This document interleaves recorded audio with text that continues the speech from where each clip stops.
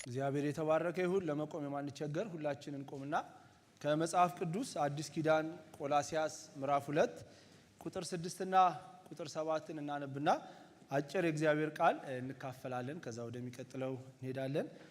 መጽሐፍ ቅዱስ ቆላሲያስ ምዕራፍ 2 ቁጥር 6 እና ቁጥር 7ን በቀደመው ትርጉም አነበውና ርዕስ አድርጌ የምጠቀመው አዲሱ ትርጉም ነው። መግቢያውን ብቻ ሁለቱ ላይ አነብና ርዕሱን ከዛው እንወስዳለን። በጌታ በኢየሱስ ስም አነባለሁ። እንደዚህ ይላል። እንግዲህ ጌታ ክርስቶስ ኢየሱስን እንደተቀበላችሁ በእርሱ ተመላለሱ፣ ስር ሰዳችሁ በእርሱ ታነጹ፣ እንደተማራችሁም በሃይማኖት ጽኑ፣ ምስጋናም ይብዛላችሁ ይላል። መፈልገው የመጨረሻ ያለውን ቃል ነው። ምስጋናም ይብዛላችሁ ይልና አዲሱ ትርጉም ላይ ደግሞ እንደዚህ ይለዋል።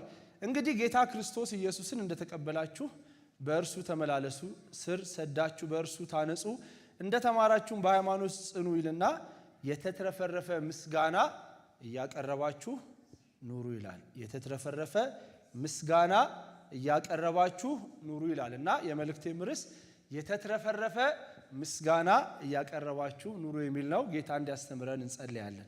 ቅዱስ አባት ስምህ ለዘላለም የተባረከ ይሁን። ስለ ምሕረትህ ስለ በጎነትህ ሁሉ ተመስገን። አንተ ቸር፣ አንተ መልካም፣ አንተ ደግ አምላክ ነህ። በአንተ ባርኮት በአንተ በጎነት እዚህ ተሰብስበናልና የረዳን ያገዘን ምሕረትህ የተባረከ ይሁን። ስለ በጎነትህ ስለ መልካምነትህ ሁሉ ስምህ ለዘላለም ይባረክ።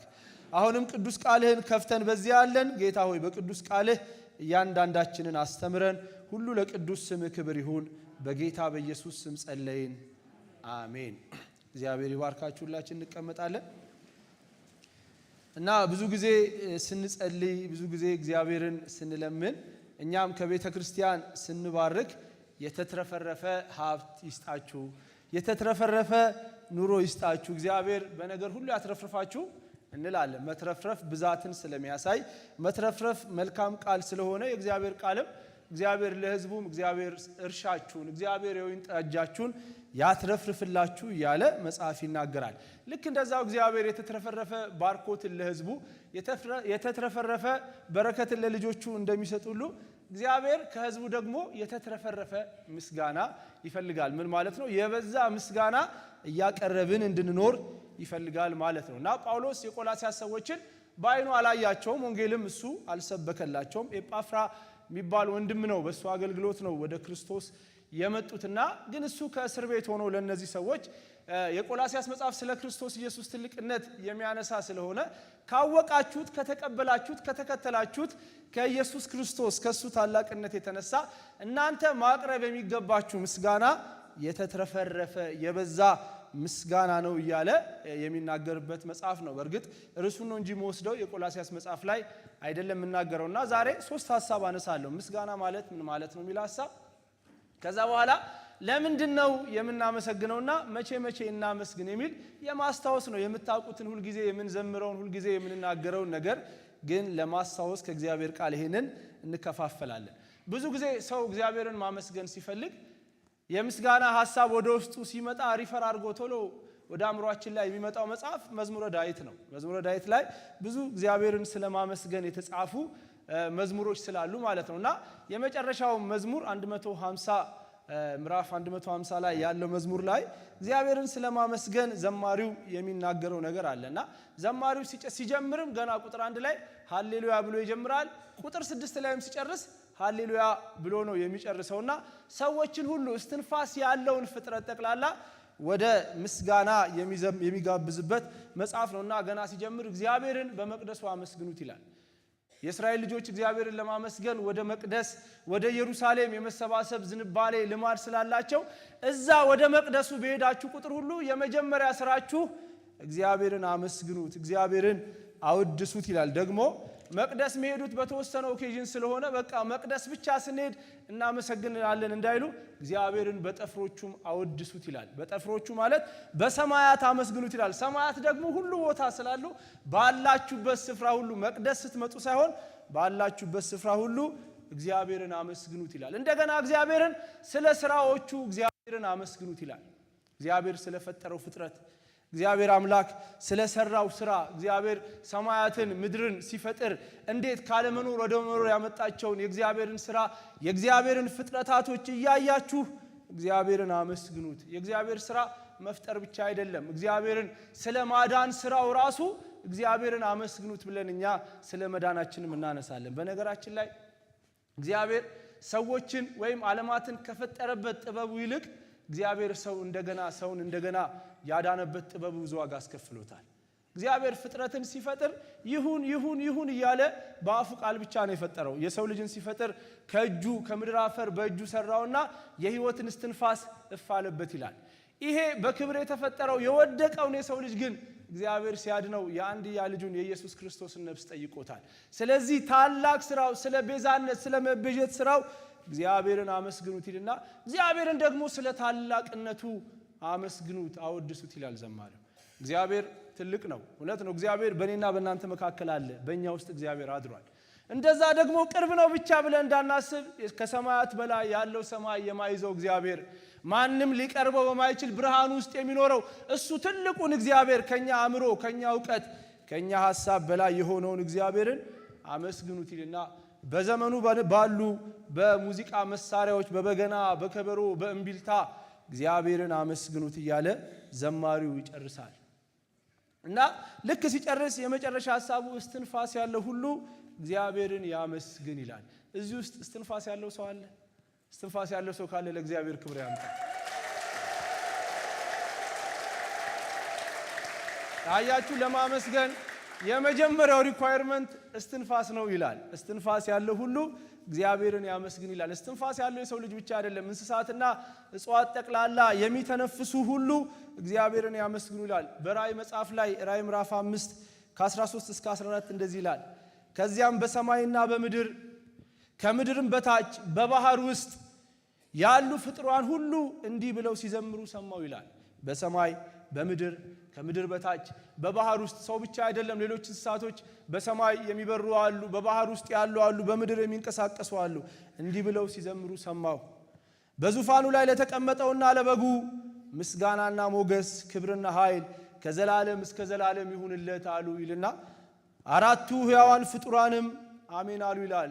በሰው የተመሰለው በንስር የተመሰለው በአንበሳና በበሬ የተመሰሉት የእንስሳት ፍጥረታት ሁሉ እግዚአብሔርን ለማመስገን ለመዘመር አሜን አሉ። 24ቱም ሽማግሌዎች በግንባራቸው ሰግደው ተደፉ የሚል ቃል እናገኛለን። ስለዚህ እስትንፋስ እግዚአብሔርን ለማመስገን የሚያስፈልገው ጥቂቱ ነገር እስትንፋስ ብቻ ነው። ዛሬ ሁላችን በዚህ እንተነፍሳለንና ከትንፋሻችን የተነሳ ብቻ ለእግዚአብሔር የተትረፈረፈ ምስጋና እንድናቀርብ መጽሐፍ ቅዱስ ይናገራል። ምስጋና ምንድነው ካላችሁ ወገኖቼ፣ ምስጋና ለእግዚአብሔር ያለንን ፍቅር፣ ለእግዚአብሔር ያለንን አድናቆት፣ ለእግዚአብሔር ያለንን መወድስ የምንገልጥበት አንዱ መንገዳችን ነው።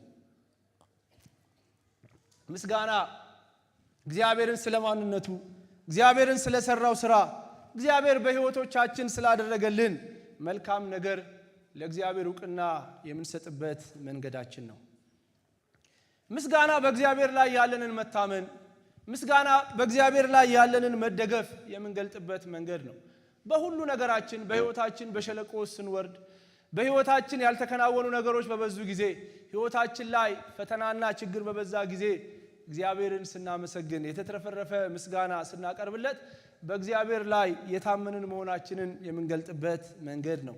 ይህንን በኋላ በምናገራቸው ነገሮች ሁሉ እነዚህን ትርጉሞች ታገኛላችሁ።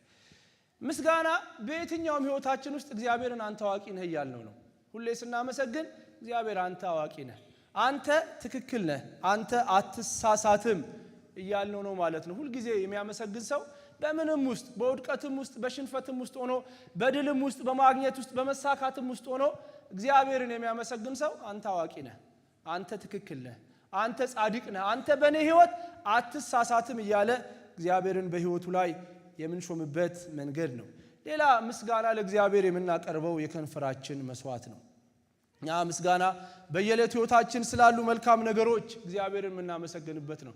መጽሐፍ ሲናገር ይህች ቀን እግዚአብሔር የሰራት ቀን ነች ይላል። ይህንን ቀን እንኳን በእኔና በእናንተ ጥረትና ጉልበት ያገኘነው ሳይሆን ከሰራት ደግሞ እንድንኖርባት ለኛ ከሰጠን ከእግዚአብሔር ዘንድ ያገኘናት ቀን ነች። ስለዚህ ወገኖቼ በየዕለቱ ስንኖር የተትረፈረፈ ምስጋናን ለእግዚአብሔር እያበዛን መኖር የምንችልበት ጸጋ እግዚአብሔር ይስጠን። እና ብዙ ጊዜ ሰዎች ለማመስገን ለምንድን ነው የሚቸገሩት ብለን ስንጠይቅ ሰው ብዙ ጊዜ ሁላችንም አብዛኞቻችን የምናተኩረው ካለን ብዙ ነገር ይልቅ ያጣነውን ጥቂት ነገር ነው የምናየው። ካለን በጣም ብዙ ነገር ያጣናቸውን ጥቂት ነገሮች እናይና አንዳንድ ጊዜ ወደ ማጉረምረም፣ አንዳንድ ጊዜ ወደ ማዘን እንገባለን። ለምሳሌ አንድ ሰው አፍንጫውን ቢያመው ቀኑን ሙሉ ስለታመመው አፍንጫ ያወራል። ጤነኛ ስለሆኑ ኩላሊቶቹ አያስብም። ጤነኛ ስለሆኑ ጥርሶቹ አያስብም። ጤነኛ ሆኖ መራመድ ስለመቻሉ አያስብም። ግን ስለታመመች ወይ ደግሞ ለትንሽ ጊዜ ስለተቸገረባት ጥቂት ነገር ማንሳት ይወዳል። በዛ ምክንያት ከማመስገን ይልቅ ማጉረምረም ያበዛል። እኛም አንዳንድ ጊዜ ሰዎችን ሄደን ስናናግር ስንጠይቅ ያላቸውን መልካም ነገር ከእግዚአብሔር የተደረገላቸውን በጎ ነገር አንስቶ እግዚአብሔርን ከማመስገን ይልቅ ግን ለምንድን ነው ይሄ ነገር የሌለ እንለዋለን። ግን ለምንድን ነው እንደዚህ ያላደረከው? አንዳንዶቹን አውቄ ነው ማንሳት ማልፈልገው። ግን ሰው ህይወት ውስጥ የምናየውን ክፍተት፣ ሰው ህይወት ውስጥ የምናየውን ጉድለት እግዚአብሔር ስላደረገለት ነገር ብዙ ከማድነቅ ይልቅ ለምንድነው ይሄ ክፍተት ባንተ ህይወት ያለው? ለምንድነው እንደዚህ ያላደረከው? ለምንድነው ይሄ ያልሆነልህ ያልነው ሰዎችን ራሱ ወደ ጥያቄ ውስጥ የሚከት ነገር አንዳንድ ጊዜ እኛም ሰዎችን እንጠይቃለን። ካስታወሳችሁ ሰይጣን በኤደን ገነት ሲመላለስ ወደ ሔዋን መጥቶ እግዚአብሔር ምን ፈቀደላችሁ፣ እግዚአብሔር ምን ሰጣችሁ ብሎ ቢጠይቃት ኖሮ ስትዘረዝርለት ዘመንም አይበቃትም ነበር። ግን የጎደላቸውን፣ እግዚአብሔር የከለከላቸውን፣ እግዚአብሔር ያልፈቀደላቸውን አንድ ነገር ብቻ በመጠየቅ እንዳሳታት እናያለን። ወገኖቼ ከሌለን ነገር ወይ ካጣነው ነገር ይልቅ እግዚአብሔር የሰጠን ነገር ይበልጣልና የሰጠንን የበለጠ ነገር በማየት እግዚአብሔርን ማመስገን እንድንችል አይኖቻችንን እግዚአብሔር ያብራልን። እግዚአብሔር የሰጠን ነገር ይበልጣል። እግዚአብሔር ያደረገልን ነገር ይበልጣል። እግዚአብሔር ለኛ የዋለ ውለታ ይበልጣል። እሱን ማየት እንድንችል እግዚአብሔር አይኖቻችንን ያብራ። እና እግዚአብሔር አምላክ በእኛ ህይወት ተሳስቶ አያውቅ። እግዚአብሔር በህይወታችን ሁሉ ጊዜ ልክ ነው። ሲሳካልን እግዚአብሔር ልክ ነው፣ ሳይሳካልንም እግዚአብሔር ልክ ነው። በተራራ ላይ ስንሆን እግዚአብሔር ልክ ነው፣ ሸለቆ ውስጥም ሲያወርደን እግዚአብሔር ልክ ነው። ለዛ ነው ለእግዚአብሔር ሁሉ ጊዜ ምስጋና፣ ለእግዚአብሔር ውዳሴ የምናመጣው። ስለዚህ ምስጋና የጸሎትን መጀመሪያ አይደለም፣ ምስጋና የጸሎትን መዝጊያ አይደለም። ይሄንን ቃል እንዳነበብኩላችሁ የተትረፈረፈ ምስጋና እያቀረባችሁ ኑሩ ስለሚል ምስጋና ኑሮ ነው ማለት ነው። ምስጋና የሆነ ጊዜ ብቻ የምናደርገው ሳይሆን ኑሯችን ራሱ ምስጋና እንዲሆን የእግዚአብሔር ቃል ይናገራል። ራሱ መጽሐፍ ሲናገር አንደኛ ጴጥሮስ 2:9 ላይ እናንተን ግን ከጨለማ ወደሚደነቅ ብርሃን የጠራችሁ የእርሱን በጎነት እንድትናገሩ ይላል። ቀኑን ሙሉ የኛ ስራ የእግዚአብሔርን በጎነት መናገር ነው። አሁን ለምሳሌ እንደዚህ የባህል ልብስ ለብሰን አምሮብን ስንወጣ ሰው እኮ ለምን ምን በዓል አለ ብሎ ሲጠይቃችሁ እንዴ ጌታዬ የሞተልኝ ስጋውን የቆረሰልኝ ደሙን ያፈሰሰልኝን አምላክ የእሱን ስጋና ራት ወስጄ ነው የመጣሁት። አንድ የምስጋና ምክንያት ነው ይሄ። እና እግዚአብሔር አምላክ ምስጋና ለስሙ ይሁንለት። ጊዜያችንን ለመጠቀም ቶሎ ብዬ ለምንድን ነው የምናመሰግነው የሚለውን ሐሳብ ላንሳ። የምናመሰግንበት በጣም ብዙ ምክንያት አለ። በጣም ብዙ ምክንያት አለ። እኔ ግን አንድ አምስቱን ቶሎ ብዬ አነሳለሁ። የመጀመሪያ የምናመሰግነው ትእዛዝ ስለሆነ ነው። ምስጋና ትእዛዝ ነው። ብትችሉ አመስግኑ አይልም የእግዚአብሔር ቃል። አንዳንድ ጊዜ ስትፈልጉ አመስግኑ አይልም። ጳውሎስ በኤፌሶን 5:20 ላይ ሁሉ ጊዜ ስለ ሁሉ በጌታችን በኢየሱስ ክርስቶስ ስም አምላካችንና አባታችንን ስለ ሁሉ አመስግኑ ይላል። ምስጋና ትእዛዝ ነው። ከእግዚአብሔር የተሰጠ ትእዛዝ ነው። መጽሐፍ ቅዱስ አንዳንዴ በልመና የሚያቀርባቸው ጥያቄዎች አሉ። ለምሳሌ ሰውነታችሁን ቅዱስና ሕያው መስዋዕት አድርጋችሁ ለእግዚአብሔር ታቀርቡ ዘንድ ለምናችኋለሁ ይላል ጳውሎስ። በልመና ያቀረበበት ትእዛዝ ነው። ግን ትእዛዙን በልመና ያቀረበበት። እንደገና ሌላ ቦታ ቢቻላችሁ ከሰው ሁሉ ጋር በሰላም ኑሩ ብሎ በልመና ይናገራል። ምስጋናን ግን በተመለከተ ሁሉ ቦታ ላይ መጽሐፍ ቅዱስ የሚሰጠው ትእዛዝ ነው። ስለዚህ እግዚአብሔርን ካላመሰገንን ኃጢአት እየሰራን ነው ማለት ነው።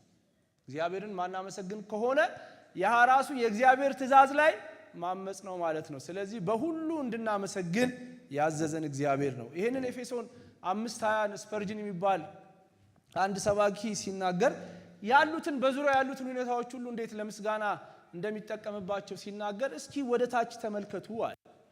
ወደ ታች ተመልከቱና እግዚአብሔር እሳቱ ከማይጠፋበት ትሉ ከማይሞትበት ከሲኦል እንዴት እንዳወጣችሁ አስቡና እግዚአብሔርን አመስግኑት ይላል። እንደገና ወደ ቀኛችሁ ተመልከቱና እግዚአብሔርን አመስግኑት ለእናንተ የሰጣችሁን በጎ ስጦታ ለእናንተ ያደረገውን መልካም ነገር ልጁ ኢየሱስ ክርስቶስን ሰጥቶ እንዴት እንዳዳናችሁ መልካም ነገር ወዳጆችን ጓደኛ ቤተሰብ መንፈስ ቅዱስን የሰጣችሁን መንፈሳዊ ምድራዊ በረከት እያሰባችሁ እግዚአብሔርን አመስግኑት ይላል። እንደገና ወደ ግራ ደግሞ ዞር በሉና እግዚአብሔር እንዴት ካለ አደጋ እየጠበቃችሁ እንደሆነ ስንት የተቆፈረ ጉድጓድ እየደፈነ እንዳሻገራችሁ ከስንት በሽታ ከስንት መጥፎ ነገር ከስንት ጨለማ ታድጎ ዛሬ ላይ እንዳቆማችሁ እያሰባችሁ እግዚአብሔርን አመስግኑት ይላል። ከዛ በመጨረሻም ወደ ሰማይ ቀና ብላችሁና መንግስተ ሰማያት እየጠበቃችሁ እንደሆነ አስባችሁ አገር ተዘጋጅቶላችሁ ሊወስዳችሁ የሚመጣ ሙሽራ እንዳለ አስባችሁ እግዚአብሔርን አመስግኑት ይላል። ዙሪያችን ሁሉ ካስተዋል ነው እግዚአብሔርን ለማመስገን ለኛ መልካም መንገድ ነው። አሁንም እግዚአብሔር አምላክ የተባረከ ይሁን፣ ክብር ሁሉ ለስሙ ይሁንለት። ሁለተኛው የምናመሰግነው ስለተደረገልን ነው የምናመሰግነው። የተደረገልን ሰዎች ስለሆንን እግዚአብሔርን እናመሰግናለን። መዝሙር 52 ቁጥር 9 ላይ ሲናገር አድርገህልኛልና ለዘላለም አመሰግንሃለሁ ይላል ዳዊት። አድርገህልኛልና ለዘላለም አመሰግንሃለሁ ይላል። በነገራችን ላይ ዳዊት ይሄንን መዝሙር የዘመረበትን ቦታ ጠጋብዬ ሳየው ዳዊት በመከራ ውስጥ እያለ ዳዊት በፈተና ውስጥ እያለ ነው እግዚአብሔርን አድርገህልኛልና ለዘላለም አመሰግንሃለሁ ያለው። ዶይቅ የሚባል የሳኦል የከብት ጠባቂዎች አለቃ የሆነ በጣም ክፉ ሰው አለ፣ ወደ 80 ካህናትን ያስገደለ እና ወደ አቢሜሌክ መሄዱ ዳዊትን አይቶት ባየው ጊዜ ለሳኦል ተናግሮ ሊያጠቃው እንደሚመጣ ስለገባው ገና በዛ ጊዜ ቁጥር 8 ላይ እኔ በእግዚአብሔር ቤት ለዘላለም እንደሚኖር እንደሚለመልም ወይራ ነኝ አለና አድርገህልኛልና ለዘላለም አመሰግናለሁ፣ ለዘላለም ደግሞ በምህረት እታመናለሁ አለ። ንጉስ ትሆናለህ ያለኝ እግዚአብሔር ንጉስ እንደሚያደርገኝ ያውቃለሁ ብሎ ነው ቀድሞ የሚያመሰግነው። ገና ምድረ በዳ ላይ ያለ ገና እየተሳደደ አድርገህልኛልና፣ ምክንያቱም እግዚአብሔር የተናገረውንም ለማድረግ አቅም ስላለው። ለኔና ለእናንተ ግን አዲስ ኪዳን ላለን ሰዎች በክርስቶስ ኢየሱስ አምነን የዳንን ሰዎች ስንቱን የእግዚአብሔርን ምስጋና ተናግረን እንጨርሳለን። የቱን እናውራ? ስለ መዳናችን እናውራ። እግዚአብሔር ከእንዴት ካለ ጨለማ እንዳወጣን እናስብ። እግዚአብሔር ሰው ልንሆን እኔ በተለይ ሰው መሆን ማልችል ሰው ነበርኩኝ። የነበረኝ ባክግራውንድ ሰው ያደረገን እግዚአብሔር ከስንት መከራ ያወጣል። ዛሬ እንድናገለግለው ምሕረትና ጸጋ ያፈሰሰልን እግዚአብሔር ስንት የማይታለፉ ቀናቶችን ያሳለፈን ስንቱን የእግዚአብሔርን ምሕረት ወገኖች አውርተን እንጨርሳለን። ቆም ብሎ ዳዊት እኮ ነፍሱን አላት፣ ነፍሴ ሆይ እግዚአብሔርን ባርኪ ውለታውንም አትርሺ ይላል። የሰው ባህሪ መርሳት ነው። እግዚአብሔር ያደረገውን መልካም ነገር ስለምረሳ እንጂ የእግዚአብሔር ውለታ የእግዚአብሔር በጎነት እግዚአብሔር ለኔና ለእናንተ ያደረገው ነገር መጽሐፍ ብንጀምር እንዳለው ዘማሪው አምላኬ ያደረገውን ሁሉ ባወራው ከቁጥር በዛ ይላል። በቃ ለመቁጠር ታከተው። ስለተደረገልን እግዚአብሔርን እናመሰግናለን። እስቲ እግዚአብሔር አድርጎልኛል የሚል ሰው ካለ በእልልታ በጭብጨባ ለእግዚአብሔር ክብር ያምጣ። የተደረገለት ከእግዚአብሔር የተቀበለ እዚህ ውስጥ ያልተደረገለት ሰው ማንም የለም። ደግሞ ወገኖቼ ምድር ላይ ሊገኝ የሚችለው ትልቁ ነገር የእግዚአብሔር ስጦታ ኢየሱስ ክርስቶስ ነው። እሱን ካገኘ ሰው ምንም አላጣም። የሚያሳዝነው ኢየሱስ ክርስቶስ የሌለው ሰው ነው። ኢየሱስ ክርስቶስ ያለው ሰው ሁሉ አለው። በእውነት ማይንዳችንን በዚህ ነው መቃኘት ያለብን። እኛ ሁሉ አለን። ጳውሎስ እስር ቤት ሆኖ አይደል ሁሉ አለኝ የሚለው? ከክርስቶስ የበለጠ ምንም ነገር እግዚአብሔር የለውም። ያለውን ደግሞ ብቸኛ ውድ ነገር ስለ ኃጢአታችን እንዲሞት እግዚአብሔር አምላክ አሳልፎ ሰጥቶናል። ስለዚህ የተቀበልን ሰዎች ስለሆንን የተትረፈረፈ ምስጋና እያቀረብን እንድንኖር እግዚአብሔር ከኔና ከናንተ ይጠብቃል። ሶስተኛው ለምንድነው የምናመሰግነው ካልን በምስጋና ውስጥ ድል ስላለ ነው። ገስጸን ከምንጥለው ሰይጣንና ክፉ ነገር ያልተናነሰ በምስጋና ውስጥ ብዙ ነገር እንጥላለን ወገኖቼ።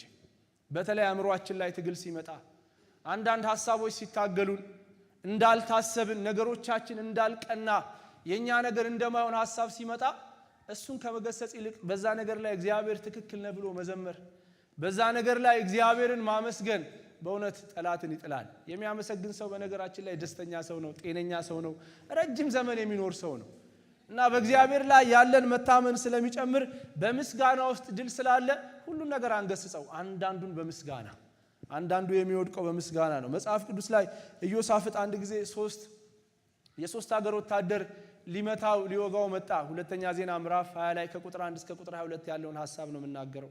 እና ኢዮሳፍጥ በጨነቀው ጊዜ ወደ እግዚአብሔር ጸለየ። ጸሎቱን ስላልሆነ ማንሳት የምፈልገው ምስጋናውን ስለሆነ ምን ላድርግ ሊያጠፉኝ ነው ተከበብኩ ጠፋው ሲል እግዚአብሔር አንድ ነገር ሰጠው። ጌጠኛ ልብስ የለበሱ መዘምራንን አውጣና ከፊት አቁማቸዋል። በቃ ይሄኛው ጦር የሚመታው በዝማሬ ነው፣ በምስጋና ነው የሚመታው። አትዋጋቸው። ዘማሪዎችን ጌጠኛ ልብስ አስለብስና ቸር ነውና ምሕረቱ ለዘላለም ነውና እያሉ ይዘምሩ። ከዛ በኋላ ማደርገውን ታያለህ። አመን። በዓለም በተፈጠረችበት ታሪክ በጌጠኛ ልብስ ወይም በዝማሬ ጠላት ተመቶ አያውቅ። ኢቨን እንኳን ጦርነት ላይ ይሄ ማርሽ ባንድ ሙዚቀኞች ምናምን ሄደው የሚያነቃቁት ከጦር ሜዳው ርቀው ነው። በፍጹም ከፊት ሆነው ዘፍነውላቸው አያውቁ። እዚህኛው ጋር ግን እግዚአብሔር በቃ ዘማሪዎቹ ከፊት ይጧል እና ወጡ። እነሱም እግዚአብሔርን አመኑ። ጦር ፊት ጌጠኛ ልብሶቻቸውን ለብሰው የሙዚቃ መሳሪያዎቻቸውን ይዘው ቸር ነውና ምሕረቱ ለዘላለም ነውና እያሉ ለእግዚአብሔር ሲዘምሩለት እግዚአብሔር ድብቅ ጦር አስነሳና ጠላቶቻቸውን መታ። በቃ ሰልፉ የኔ ነው አለ እግዚአብሔር። ምዋጋበትን መንገድ ራሴ ነው መርጠዋል። ይሄ ጦርነት የናንተ አይደለም፣ ይሄ ጦርነት የኔ ነው። በእኔ ጦርነት መሳተፍ የምትፈልጉ ከሆነ ጦርና ጋሻ ያዙትን ወደ ኋላ አድርጓቸው፣ ዘማሪዎችን የሚያመሰግኑትን ከፊት አውጡልኛል።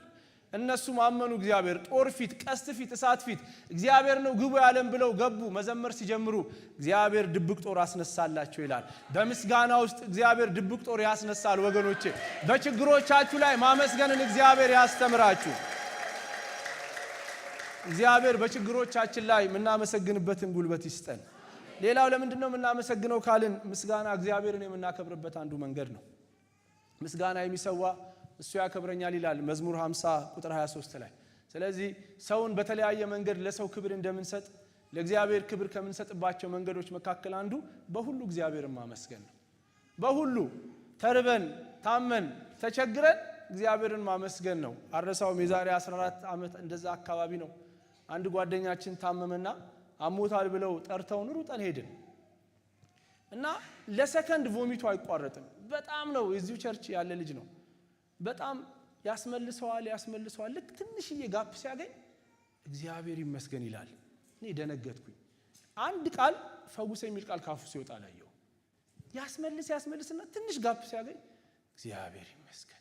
እንዴ በዚህ ውስጥ እግዚአብሔርን ማክበር ይቻላል? እኔና አብረን ሄደን ጓደኛዬ እንዲህ እንተያያለን። እኔ በሆን ምለው እግዚአብሔር ወደ ድረስልኝ ጣልቃ ግባልኝ ነው ምለው። ልጁ አልሞተም፣ ዛሬም አለ፣ ምንም አልሆነም። ከዛ በኋላ አግብቶ ወልዶ እግዚአብሔርን ያገለግላል። ግን አንድ የምሬት ቃል አልወጣውም። ይገርመኛል። እግዚአብሔር ይመስገን ይላል። እና ምስጋና እግዚአብሔርን የምናከብርበት መንገድ ስለሆነ በነገራችን ሁሉ ማመስገን ይብዛልን። ሌላው የምናመሰግነው ለምንድን ነው? የእግዚአብሔር ፈቃድ ስለሆነ ነው። ምስጋና የእግዚአብሔር ፈቃድ ነው። አንደኛ ተሰሎንቄ 5:17 ላይ ሁልጊዜ ደስ ይበላችሁ፣ ሳታቋርጡ ጸልዩ፣ በሁሉ አመስግኑ ይልና ይህ የእግዚአብሔር ፈቃድ በክርስቶስ ኢየሱስ ወደ እናንተ ነውና ይላል አይደል? አንዳንድ ጊዜ የእግዚአብሔርን ፈቃድ ለማወቅ ከተገለጡ የእግዚአብሔር ፈቃዶች መካከል ሁልጊዜ ማመስገን ነው። በሁሉ ማመስገን ነው። ይሄ የተገለጠ የእግዚአብሔር ፈቃድ ነው። ስለዚህ የእግዚአብሔር ፈቃድ ስለሆነ እግዚአብሔርን ሁልጊዜ ማመስገን አለብን። ወደ መጨረሻ ሐሳቤ ልምጣ። መቼ ነው የምናመሰግነው? መቼ ነው የምናመሰግነው ቃልን ቅድም ያነበብኩት ኤፌሶን 20 ላይ እንደምታዩት የምናመሰግነው የመጀመሪያ በስኬታችን ጊዜ፣ በተከናወነልን ጊዜ፣ በደስታችን ጊዜ እግዚአብሔርን ማመስገን አለብን። እውነት ነው። ሰው ሲሆንለት እግዚአብሔርን ለማመስገን አይቸገርም። ሰው ጸሎቱ ሲመለስለት፣ እግዚአብሔር የለመነውን ሲሰጠው፣ ምኞቱ ሲሞላለት ሰው ማመስገኑ አይቀርም። በደስታችን ጊዜ እግዚአብሔርን እናመሰግናለን። አንዳንድ ጊዜ ግን በእንደዚህ አይነት ጊዜ እንሰፋለን። ጉልበታችን አመጣልን እንላለን እኮ አንዳንዱ ሲሳካልን የሆነ ነገር ስናገኝ ያሰብኳት ሐሳብ እኮ እንዴት እንደተጠቀመችኝ በልፋት ያመጣሁት። መጽሐፍ ቅዱስ ላይ ተጽፏላ። እግዚአብሔር ሲያስጠነቅቅ ሕዝቡን ጉልበቴ ኃይሌ ይሄን ሰጠችኝ እንዳትሉ፣ ያለፋችሁበትን ምድር ሳስወርሳችሁ፣ የተማሱ ጉድጓዶችን ስታገኙ፣ ወይናችሁ ሲያብብ፣ አፈሩን ትንሽ ሰርታችሁት ብዙ ፍሬ ሲያፈራላችሁ ኃይሌ ሰጠችኝ ጉልበቴ ሰጠችኝ እንዳትሉ ብሏቸው እነሱ ገና እንደገቡ ጉልበታችን ኃይላችን አቅማችን ብለዋል። እና ሲሳካላችሁ የሚያሳካላችሁ እግዚአብሔር ነው እንጂ የእናንተ ጥረት አይደለም ወገኖች፣ የእናንተ ችሎታና የእናንተ ኃይል አይደለም። ስለዚህ ሲሳካላችሁ ሲሆንላችሁ ጥበቤ ኃይሌ ጉልበቴ ሳይሆን የሚባለው ያሳካልኝ የረዳኝ ያገዘኝ ደግነት መልካምነት በኔ ላይ ያደረገ ጸሎቴን የመለሰልኝ እግዚአብሔር ነው ተብሎ በደስታ ጊዜም ለእግዚአብሔር ነው ምስጋና የሚመጣው። ሁለተኛ የምናመሰግነው በሁሉ አመስግኑ ስለሚል ተቃራኒው በመጣ ጊዜ፣ ባጣን ጊዜ፣ በተቸገርን ጊዜ፣ ጸሎት ያልተመለሰልን በመሰለን ጊዜ ዙሪያችን በባዶነት በተሞላ ጊዜ የሚረዳን የሚያግዘን ሰው ባጣን ጊዜ ነገር በጨላለመ ጊዜም እግዚአብሔር ይመሰገናል። በማመስገን ወደር የማይገኝለት ንጉሥ ዳዊት መዝሙር 34 ላይ ቁጥር 1 ሸሽቶ ከሳኦል ሸሽቶ በስደት በሄደበት ጊዜ ጺሙን አሳድጎ መልኩን ቀይሮ እንዳይታወቅ ራሱን ቀያይሮ በተመላለሰ ጊዜ እንደዚህ ብሎ አንድ መዝሙር ዘመረ። እግዚአብሔርን እባርከዋለሁ ምስጋናውም ዘወትር ባፌ ነው አለ። ፈርቼ ስሸሽም ሳኦል ሲያሳድደኝም በስደት ሀገር ብንከራተትም ዘወትር የእግዚአብሔር ምስጋና እኔ አንደበት ላይ አለ አለ። ሐዋርያት ሥራ 16 ላይ የምታውቁት ታሪክ አለ። ጳውሎስና ሲላስ ለወንጌል ምስክርነት ራሱ የእግዚአብሔር መንፈስ መርቷቸው ወደ መቄዶንያ በሄዱ ጊዜ አንድ አጋንንት ያለባት ሴት ባስወጡ ጊዜ ገበያ ላይ ገርፈዋቸው፣ የተገረፉት ገበያ ላይ ነው። ገበያ ላይ መደብደብ ማለት መርካቶ ላይ ሰርቃችሁ መያዝ ማለት ያገኛችሁ ሰው ሁሉ ይመታችኋል። እነ ጳውሎስም እንደዛ ነው የተደበደቡት። ሰውነታቸው ቆስሏል፣ ደምቷል። እስር ቤት እንኳን በአግባቡ እንዲያርፉ እድል አልተሰጣቸው። ወደ እስር ቤት ውስጠኛው ክፍል አስገብተው ቁስላቸው ላይ ግንድ ጠርቀው አሰሯቸው። እንዳይንቀሳቀሱ እንዳይወዛወዙ አድርገው።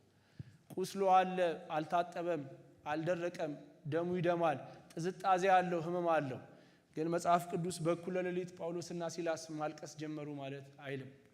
በእኩለ ሌሊት ጳውሎስና ሲላስ እግዚአብሔርን በዜማ ያመሰግኑት ነበር ይላል።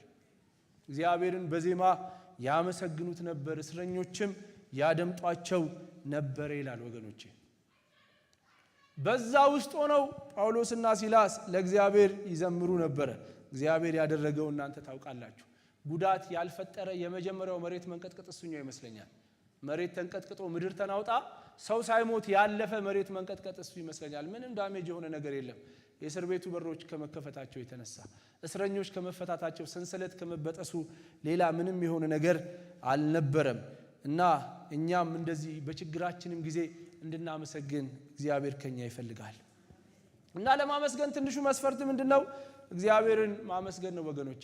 እና በዚህ ሰዓት ይመሰገናል ነው የምትለው ካላችሁኝ፣ አዎ ይመሰገናል። ነጋዴዎች፣ ገበሬዎች ባስጨነቋችሁ ጊዜ፣ ስራ በሌለበት በዚህ ጊዜ ትላንት ያሰራችሁ እግዚአብሔር አይደል? ዛሬም ስራ በሌለ ጊዜ እግዚአብሔር ይመሰገናል። ትላንትና ኑሮ ረክሶላችሁ የነበረ ዛሬ ኑሮ ተወደደ ያላችሁ ትላንትም ያኖራችሁ እግዚአብሔር ነው። ዛሬም ያኖራችሁ እግዚአብሔር ስለሆነ ዛሬም ኑሮ ተወዶ እግዚአብሔር ይመሰገናል።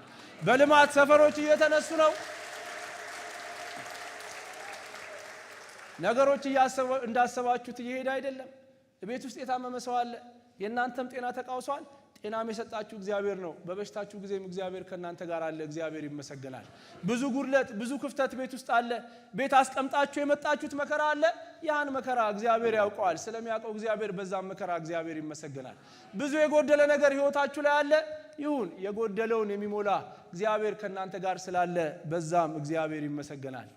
አንድ ጊዜ እዚህ ቸርች ያለች የታችን አበቡ ቤቷ ተቃጥሎባት ልናጽናናት ሄድን እና አብረን ነው ከአገልጋዮች ጋር ተሰብስበን ሄድ ነው እና እግዚአብሔር ባርኳታል። በጣም መንፈሳዊ ሴት ስለሆነች ልናጽናናት ሄደን እኛ ተጽናንተን መጣን። ምንም ስለተቃጠለባት ነገር አታወራም፣ ስለጠፋው ነገር አታወራም። ብዙ ንብረት ነበር የጠፋባት። ስለ እግዚአብሔር መልካምነት ተነግረን ነበርና ልናጽናና ይዘን ሄድነውን ቃል ሳናወጣ እኛ በእታችን ብርታት ተጽናንተን ጌታ አጽናንቶን ተመለስን። ብዙ እንዲህ አይነት ሰዎች አላችሁ እና እግዚአብሔር አምላክ በመከራ ውስጥም የምናመሰግንበትን ጉልበት እግዚአብሔር ይስጠን። እንጸልያለን ሁላችንም።